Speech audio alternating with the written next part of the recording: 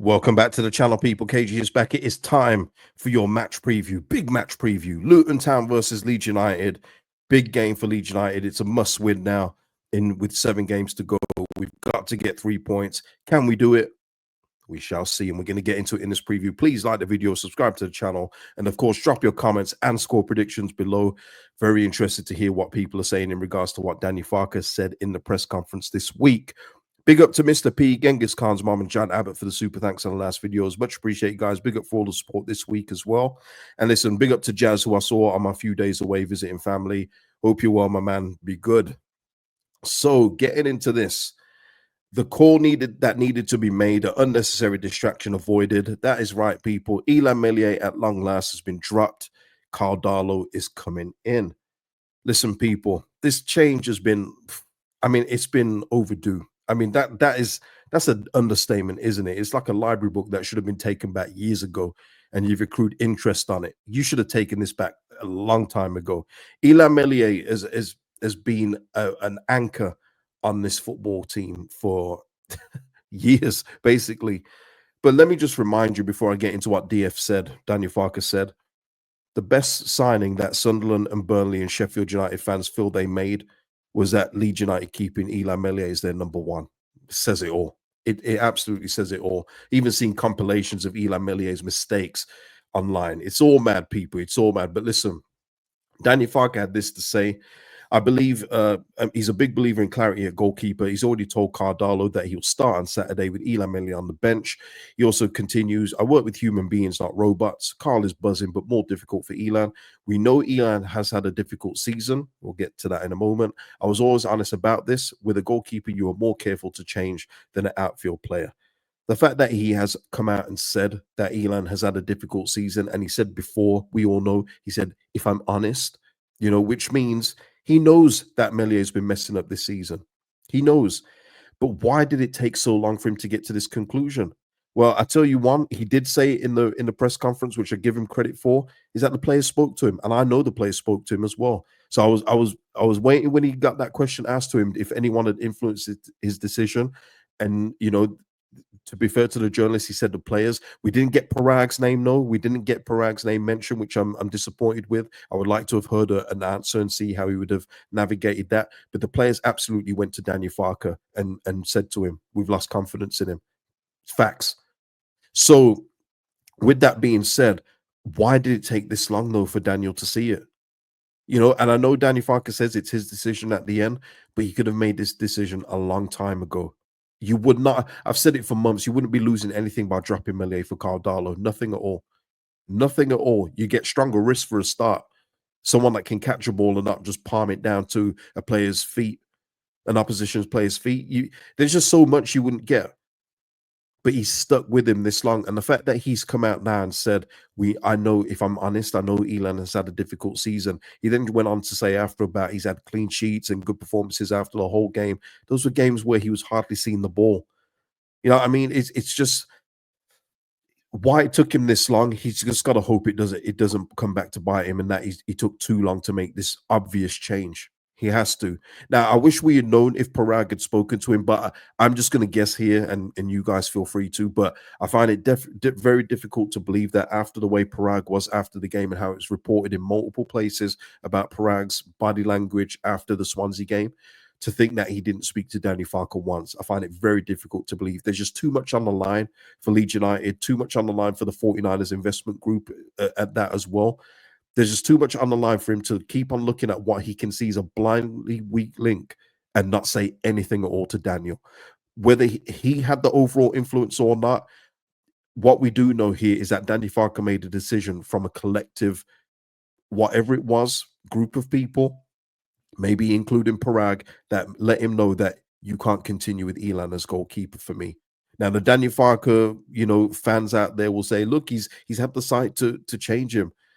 I just don't believe that. I think if it was Daniel Farke alone, he would have been stubborn in his ways and said, I'm sticking with him. He's my #1, like he's done on every single other occasion, every single one. But now we're coming to the tricky time, 7 games to go. Yeah, that influence was strong here. And for me, that's already another chink in Daniel Farke's armor where it's now apparent that he doesn't have the full control. As he said before, if you don't believe in yourself as a manager, then you've got no business being there. He's already not being influenced by outside forces, but he would not have let this happen a few months ago. Absolutely no way. Absolutely no way. But however he's come to this decision, we've just got to hope it's not too late. Um, this is another thing. He kept on talking about Eli Melier's age. Again, just going to call rubbish on that. Eli Melier is 25 years old or almost 25. He's played over 200 games. How he's done that for this football club. He's had over 100 games. You know, listen, he's very experienced. And usually when goalkeepers get experience from a young age, they get better as the years go on. This guy has declined year after year. He's been a nightmare, absolute nightmare, and I cannot wait for him to go. Honestly, cannot wait for him to leave. We had a feeling we could have done better over the last few weeks. I wanted to protect him a little bit. It's like the spotlight is on him, and he's still a young man. The weight of the world is on his shoulders. I have a very reliable option in Carl, very experienced. Just hold on a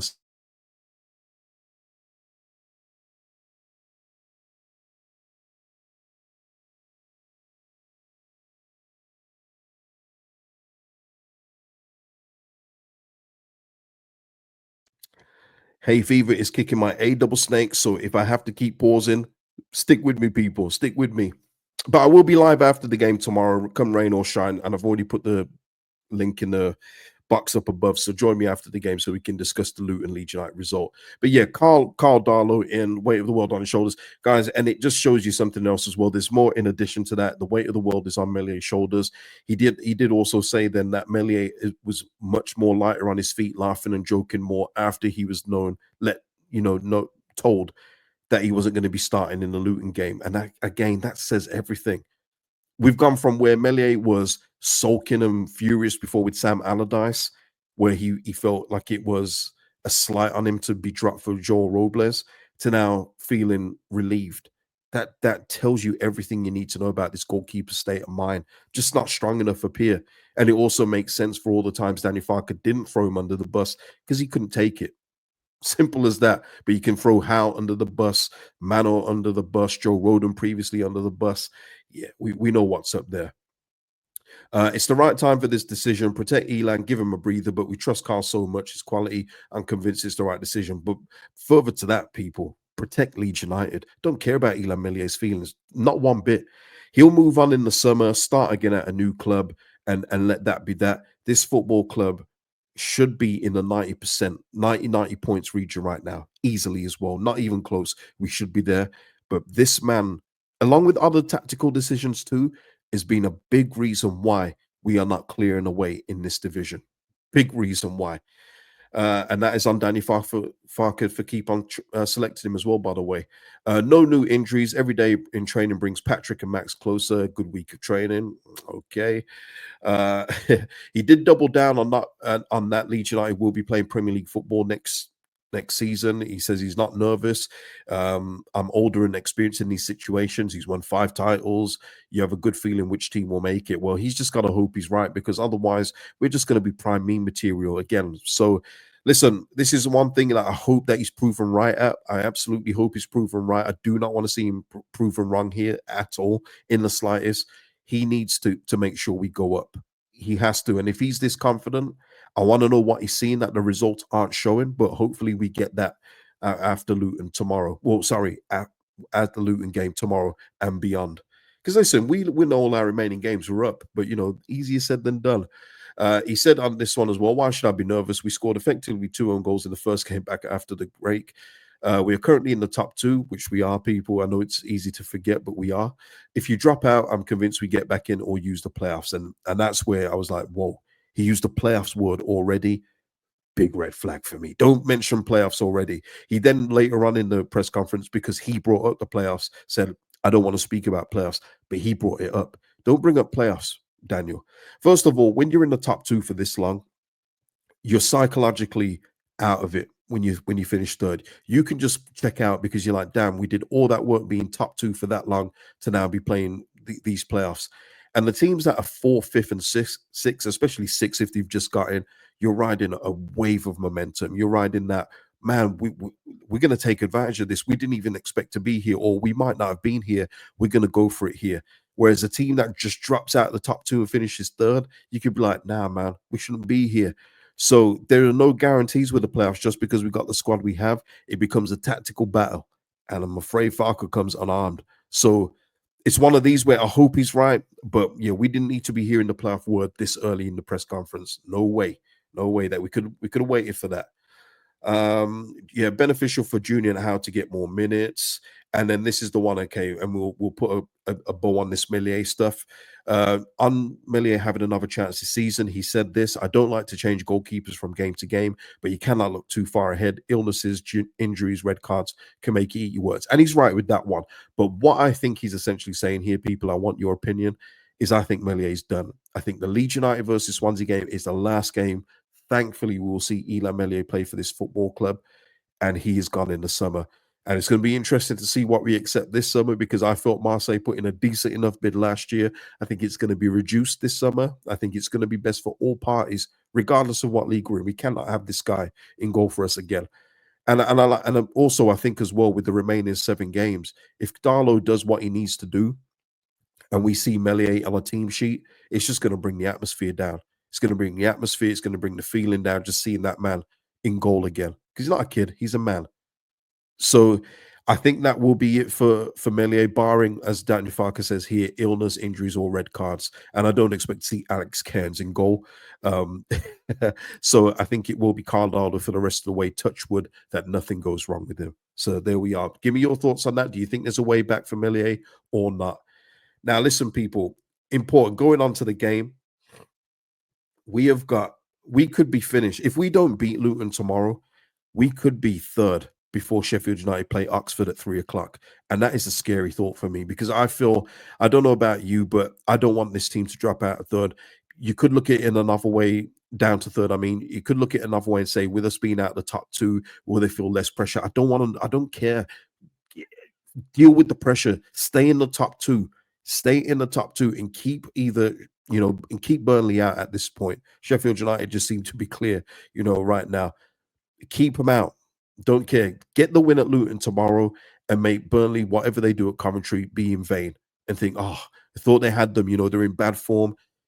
Take them out. So then we can watch Oxford and watch Oxford Sheffield United result and not care too much. But look, the table says this. And I know I've said Sheffield United are clear and only 2 points clear, but I feel like they'll beat Oxford tomorrow. I don't see them losing that one. It would be nice, but Sheffield United just in a nice rhythm right now. But we've got to do our job. It doesn't matter what Burnley, Sheffield United do. We need to do our job. And I know a few of you have been talking about Luton, saying they've improved lately. And I was like, all right, let me see. And I'm scrolling and I'm scrolling and I'm scrolling and I'm scrolling and I'm scrolling. And there they are, people. Luton Town, second bottom of this division. Matt Bloomfield is their manager. Guys, I know they've won 3 and 5. I don't care. They've literally won 3 games in order to get up to 38 points, which is still not a point per game, as they've played 39. They're a bad team. They're just another bad team in this league. So Leeds United should be going there tomorrow, 12:30 or not, and getting 3 points. We could not ask for an easier fixture list for this running. We couldn't. Maybe a tricky one on Tuesday with Middlesbrough away. Okay. But these games that we've had and that are coming up, if Sheffield United and Burnley had this running, we'd be saying they're gone. They're promoted already. But because we've been in bad form, there is doubt there. And I understand that. But there is no way we should be looking at Luton tomorrow and going, should be a tight game. They're not even at 40 points at 39 games, people. They're nowhere near.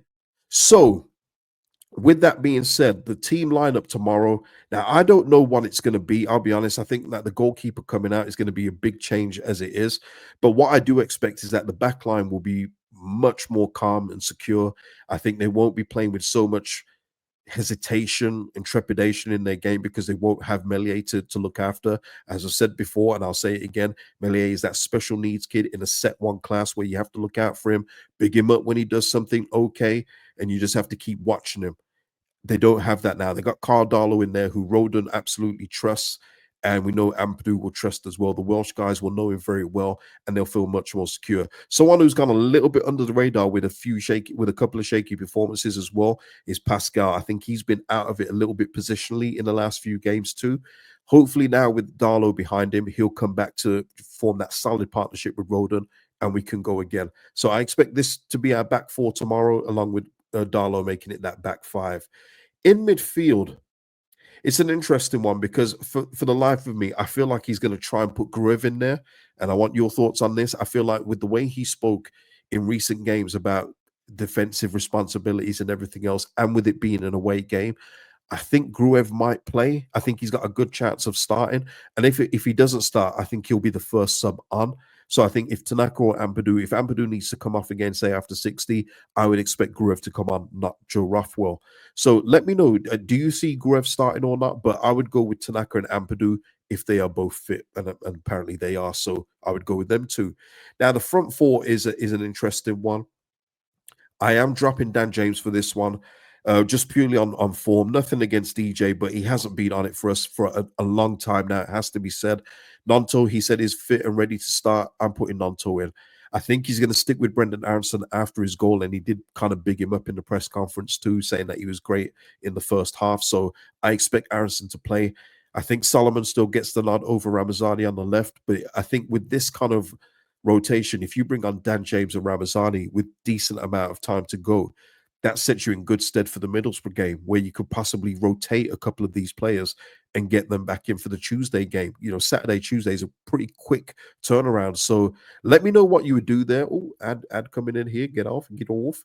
And Peru up front. I was umming and ahhing about this, but I'm going to stick with Joel Peru just purely on the basis that when we do get a chance, I feel like he's the best person to put it in the net. But if he has another quiet game, I would not hesitate with throwing on Joseph for, for the last, half an hour, whatever it may be, and then possibly even starting him Tuesday, because Joel Peru has gone out a little bit quiet lately, has to be said, and he's not taking the chance that he should have. He should have buried that one against Swansea last week. It was, that was a prime opportunity for Joel Peru. But we've seen before when Joel Peru misses like a real gilt edge opportunity, he usually comes back in the next game and delivers. So that's what I'm hoping for tomorrow also. So we've got a few players here that need to come back into form, play themselves back into form as well. And I think it is possible against this Luton Town team. I really do. With all that being said, I'm going to be honest with you, people. This is more my heart talking and not my head with the result. For full clarity, I'm on the hope train at this point. I do think we should be beating Luton, but our form, the 12:30 kickoff thing with our preparation that has been there with Danny Farke hasn't been great. So I'm gonna go for a 2-1 win to Leeds United. So give me your score predictions for this one and let me know. Like I say, guys, I will be back after the game tomorrow. Come rain or shine, hay fever or not, I will be here live after the game. The link is in one of these corners, and I'll see you in that one, people. Please like the video before you go. It's free to do and helps out the channel immensely. See you tomorrow.